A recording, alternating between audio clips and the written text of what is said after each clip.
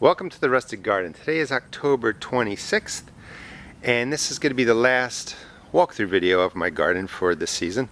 I want to show you a couple of things. I'm going to show you the cool weather vegetables up on my deck, how well they're doing. And again, as August comes here in Maryland Zone 7, you want to transition out of the warm weather crops and get into the cool season crops, and I'll talk about that as we're going along. I want to start over here with the kale bed. I've done a couple videos on topping off the kale so that it creates side growth, and sometimes when you top them off it'll look just like this, do really well, and then sometimes where the cut is it gets a little bit infected and it's see that it rots back. But as long as you have some stem in Maryland Zone 7 where you get a nice not really mild winter, but not a crazy winter, we'll get frozen ground, etc. The kale will survive that and it'll come back next year and it'll bloom. You'll be able to eat the buds, the flowers, and really have a plant that you can grow an entire year here in Maryland Zone 7 and eat the flowers come the following spring. Broccoli, cauliflower, Swiss chard, a little bit of damage from chewing insects. I took care of that. This should all do fine. As we come over here, you can see the remains of pepper plants. Even though peppers are warm weather crops, if you take care of them, you can really stretch them out until the frosts start coming. The vegetables change just a little bit, but they're still tasty and you can eat them. Leeks back in there. As we come around this side, this is the remains of my Asian red beans and my green beans. And if you want to save seed, just let your green beans stay on the vine. Let them dry on the vine till they turn brown. And then when you break them open, you have bean seeds that you can plant the following year and save yourself some money.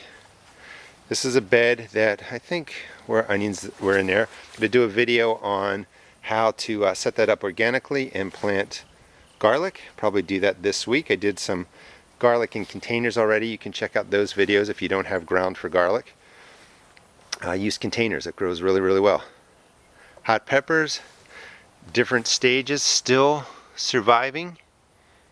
Some of these I'm letting stay on there. I'm going to collect the seeds out. Other ones will go into sauces, especially these back here.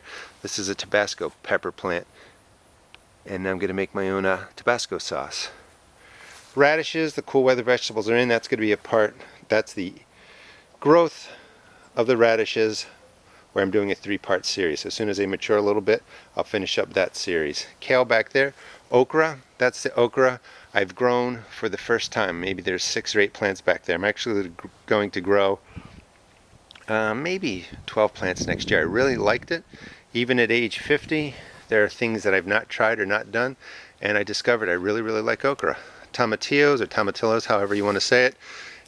Flowering, growing, but not getting to a mature size. And I'm not sure if I started it too late or it just seemed to grow really, really slowly. But we'll give it a try next year. Cool weather Chinese cabbage I think is back there. Those were cucumber plants. But I've transitioned over to cool weather crops. Another round of radishes sitting in there.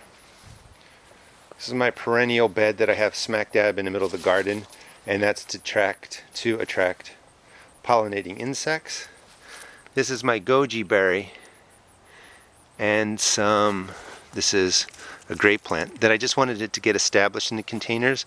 I'll probably bring those into the garage for December and January when it's really, really cold.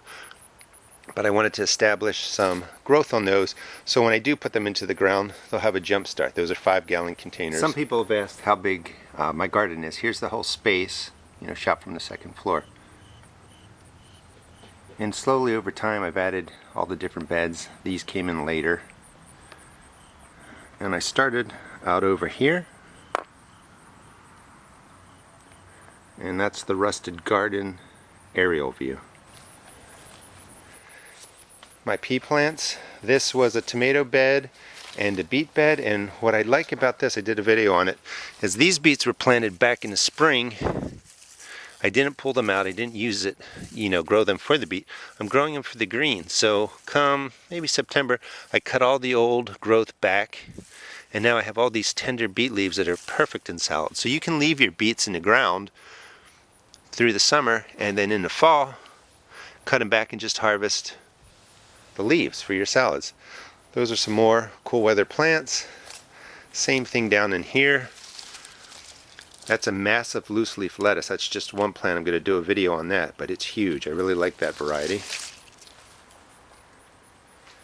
And then just coming across again, all these beds were really transitioned over to the cool weather crops. That's a wonderful mustard green that doesn't have an overpowering mustard flavor, so it's perfect for salads. It has a good taste, but it doesn't take over, you know, the salad. You can taste the arugula, the other greens and stuff like that. Sometimes mustard greens are just way over the top. I like them, but they're just too strong. Coming through here, that's more asparagus. It's been cut back, and you can see that it's regrowing. So asparagus, everybody knows what it looks like when you eat it, but if you let it grow, and you're supposed to let it grow when you have it in the garden, so that it grows all this fern-like foliage, it will get 4 feet high up to here, and you have to let it grow over the summer so that the leaves basically recharge the roots, or you're not going to get asparagus spears the following year. Some radishes, I wanted to show you how well they're doing. That was the first wave. Those are all ready to be picked, and this is a good portion of my garden right back there. And again, I transitioned it over from, you know, spring to summer crops, back to fall crops. Let me walk you over real quick to the tomatoes that are surviving. I overlooked this at the beginning of the tour, but it's really important. These are 2 varieties of tomato. That's the boxcar back there, and that's the Virginia Sweets. And I'm going to show you the container tomatoes that are doing really well on my deck.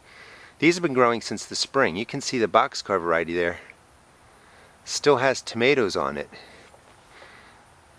and it still has green on it, but it's October 26th here. We've had some close calls with frost. That tomato plant's doing really well. Test out tomato plants. Test out varieties of vegetables in your garden if they manage the disease well, if they manage the temperatures well, and if you have some tomatoes that are still growing late in the season, you have a variety that's more suited for your area. That's a coyote which has flowers on it this late. If it stayed warm for another 2 weeks, they would have tomatoes again. You can see the dried little yellow tomato there. These are little yellow carrot type tomatoes that are absolutely delicious. Check right now, see what tomatoes did well, see which ones did the best. Don't plant ones that die out in the middle of the summer. Don't plant them again. Make a list, replant the tomatoes that are still battling in your garden, and those are the varieties that you want to keep. Let's get back over to the container gardens on the deck. So the container gardens are doing really well. I'm going to show you the tomato plant back there because it has red tomatoes, and it's October 26th. That's pretty impressive. The variety for that plant is the Glacier, but I'll talk about that in a second. I grow lots of perennials and flowers in containers. Again, pull the pollinators over. Right over here are radishes that I'm growing in flats. Some vegetables I didn't get into the ground. There's some spinach back there I'm going to use. But this is rock wool. I'm actually growing lettuce in there. I'm going to be doing a whole series on hydroponics, and because I'm just learning about it, and I'm doing my own experiments just to see what works and to really, you know, learn what I need to do. Because I'm in a learning process, I'm not going to do my own teaching videos, but I'm going to bring in a professional who is going to really help explain how you can use hydroponics in your garden. I think it'll be a lot of fun, and that series will come out over the next couple of months. These are all the container vegetables that I've talked about in previous videos. What I wanted to show you is the Glacier tomato, which is a great cool weather crop, so to speak, for a tomato. It's handling the cold nights, getting down into the 40s. It's flowering. I have tomatoes on it, and this plant I planted, I don't know if you can see that, I started it on February 7th, transplanted it to a cup in April, beginning of April, put it into the container mid-April. I pruned it back in August, left 1 or 2 stems on there, took care of it, and it's all grown back nicely, and I have tomatoes again. So the Glacier is a great tomato for my area. Follow the same, you know, advice for your area. Whatever tomatoes seem to hang on and battle the temperatures and the disease and the climate well, grow them again, get rid of the other plants that don't do well. And here's another tomato. This is the Siberian. They're not quite ripening yet, but there's a lot back there. And this plant was started back in April too. Now you can see the leaf. These aren't taking the cold as well as the glacier. Lots of greens growing in the container boxes. They're going to probably keep going for another month or so. And then finally, let's see if I can zoom in down there. That's my sweet pepper garden.